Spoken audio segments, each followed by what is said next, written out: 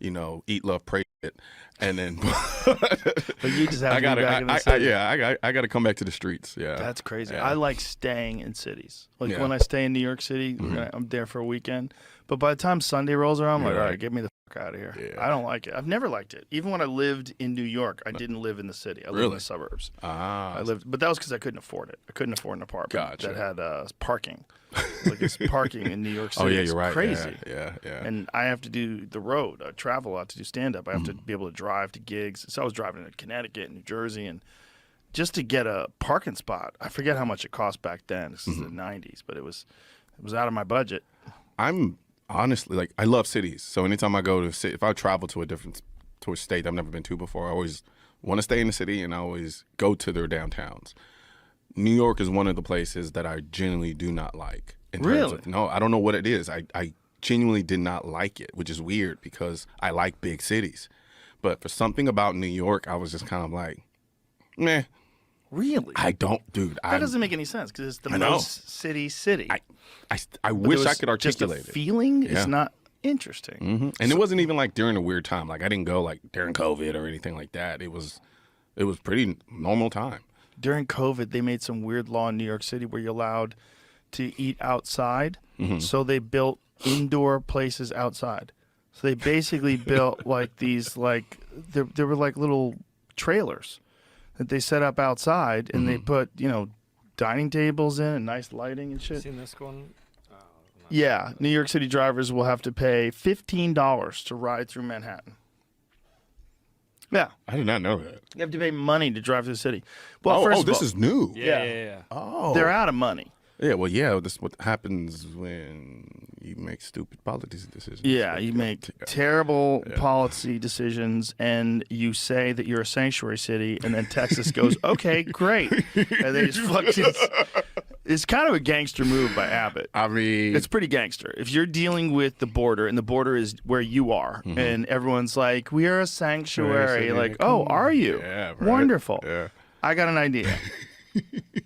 What is going on? Have you been paying attention to this standoff between Texas and the Biden administration in terms of the border? Like Texas has put up barbed wire, and the Biden administration wants the barbed wire taken down. I'll be honest and tell you, I haven't been following it super close, which is odd because I'm Texas born and raised. And the weird thing is living in Dallas, you're almost still kind of disconnected from what's going on at the border a little bit because you're so far north. Right. But even in Houston, because I'm in Houston a lot too, it's not something that you're confronted with daily. But anybody from Texas usually at some point in time, What was that? Sorry, I was checking a video. at some point in time, you're gonna go towards the border, and, Yeah. and you're gonna see it for yourself. But what I do know of it, I mean, at this point, we're trying not to lose control of it. Essentially, from what I can gather, What is happening? I don't know. Whose idea is it? In terms of what? Who's letting this happen? Like it seems very organized. These people know the border's open, so they know they could just walk through. I think there's a lot of virtue signaling I think involved in all of the whole like you talking about with New York saying we're a sanctuary city. Just yes, we accept everyone to come in, just not our state in our city. Right. And so I think you have that combined with the reality of what happens when you have a border that honestly is not being checked. Right. So if you have a situation where you have people who are able to just come in and leave as I wouldn't necessarily say leave, but coming into a state, and it's a choke point because a lot of it is coming in through Texas. So it's easy to have that philosophy of leave the border, don't make the border, get rid of the barbed wire, et cetera, because we want to seem as if we are welcoming to everyone. And I don't think it's a matter of not wanting to be welcoming. I think it has a lot to do with the same reason why you have a front door with locks on it on your house. Yeah. Right? At least have a checkpoint to say, okay, well, if you want to come in, I need to know who I'm dealing with. Well, did you see they had this one guy that was on video that he said, "You will see who I am soon," and then they found out he's on like some terrorist watch list or something like that. Yeah. Oh, terrific. But that doesn't surprise me, though. Well, it doesn't surprise me either, but it seems too convenient that it's happening with the numbers that it's happening at. It seems organized. And I would like to know, like, how is it getting to those people? Is anyone supplying them with resources? Is anyone telling them how to do it? Is this organized? I think it is. Do I have any proof or data to back it up? No, it's a hunch. Yeah. Just because it just doesn't really make sense. I don't think anybody who's honestly being honest with themselves, you're not going to be someone who says, you know what, I just want an open border where any and everyone can come in at will without anybody checking who's actually coming into the country. No, it's insane. It makes no sense. It's insane. It's not the case if you fly in, which is nuts. So if like you're coming from some country and you, if you want to emigrate to the United States, it's hard. Yeah. Like you have to prove that you have some sort of exceptional skill. Yep. There's some reason for you to be here. You get a work visa. Yep. You have to apply for citizenship. I mean, let's just keep it real. Like, there are a lot of people who just don't like this country. Yeah. And they would love to get into the country and cause damage to the country any way they can. Yes. So I think for anyone to say that they are for open borders,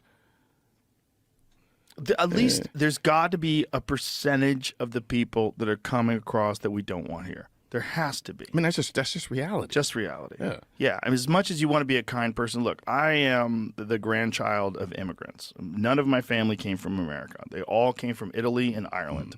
They all came over here. My parents are immigrants. Yeah. So it's like we're not anti-immigration, but it just seems like, God damn, you got to make sure you're not letting terrorists in. It seems so simple. Yeah. But like I said, I think a lot of it has to do. I think there's some grandstanding and there's some virtue signaling going on as well. I think the administration honestly is trying to walk that line of no, we're so progressive, and while at the same time honestly trying to stick it to Texas. Yeah. I think. I mean, it's a dick swinging competition at this point. Why would you have a dick swinging competition about the border? That seems so insane that you would want people to take down a barrier to entry. You know what I think? What? I think it has a lot to do with Trump because when he was running his campaign, he was running a lot of it based on the idea he was going to build that wall and border. Yeah. And so that became a separation point for a lot of people in the country with respect to what side they fell on. And I think there's a particular party in this country that utilized it as a lightning rod to create that level of division. And so I think they're kind of trying to reestablish that again. Which is one of the things that's even more gangster about Abbott sending people to Chicago, sending people to New York. Because in Chicago, they're like, It's get like these fucking people out of here. right? And then the people that live in Chicago, the poor people of Chicago, like, this is bullshit. Yeah. These people are getting money. They're getting all this help. They're getting food. They're getting all this stuff that we don't have. Well, but yeah, people literally in the place who live there their whole lives. Yeah. And then all of a sudden these people sneak in and Yeah. they're